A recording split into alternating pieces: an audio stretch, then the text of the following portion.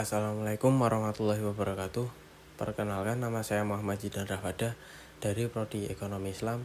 Langsung saja, di sini saya akan sedikit memaparkan mengenai asuransi syariah, alat-alat manajemen dan resikonya, yaitu manajemen ialah proses sistematik untuk mengidentifikasi, menganalisis, dan mengendalikan risiko yang dapat memengaruhi pencapaian tujuan organisasi. Definisi alat-alat manajemen risiko: alat yang membantu manajer dalam menjalankan fungsinya dan memudahkan proses yang mengembalikan keputusan, perencanaan, pelaksanaan, dan pengendalian serta meningkatkan efisiensi, efektivitas, dan produktivitas kerja. Alat-alat manajemen risiko ada 6. Yang pertama yaitu identifikasi risiko menggunakan perangkat lunak untuk mendokumentasi dan menjelaskan risiko termasuk deskripsi, kemungkinan, dan dampak. Yang kedua, analisis risiko, alat analitik yang membantu dalam menilai dan menganalisis risiko yang teridentifikasi, kemungkinan prioritas berdasarkan tingkat keparahan dan kemungkinan terjadinya. Yang ketiga, mitigasi risiko, pengembangan rencana mitigasi yang efektif untuk mengurangi dampak risiko.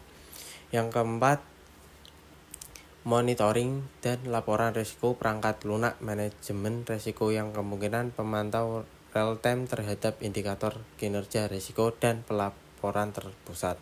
Yang kelima, kolaborasi dan komunikasi, alat yang mendukung komunikasi antar berbagai departemen untuk memastikan kolaborasi dalam pengelolaan risiko. Yang terakhir yaitu teknologi dan perangkat lunak, berbagai solusi perangkat lunak seperti Rectest atau Polarion RM yang menyediakan fitur untuk mengintegrasikan manajemen risiko dengan proses bisnis lainnya. Seleksi manajemen risiko yaitu 1. Risiko operasional terkait dengan perubahan dalam proses perusahaan atau tim, seperti peralihan tindak terduga dalam peran tim atau perubahan manajemen.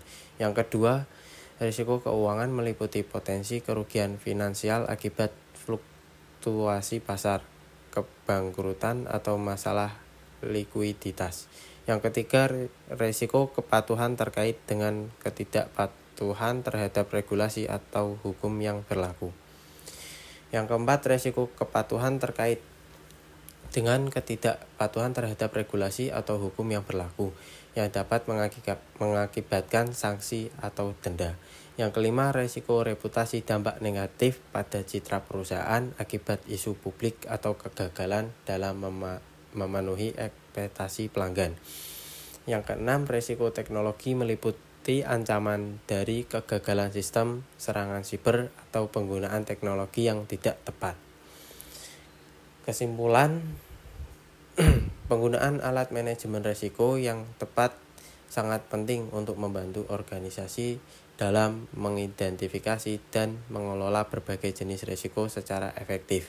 Dengan menerapkan strategi mitigasi yang baik dan teknologi pendukung, perusahaan dapat menjaga keberlanjutan operasional dan meningkatkan kepatuhan terhadap regulasi yang berlaku. Sekian pemaparan dari saya. Wassalamualaikum warahmatullahi wabarakatuh.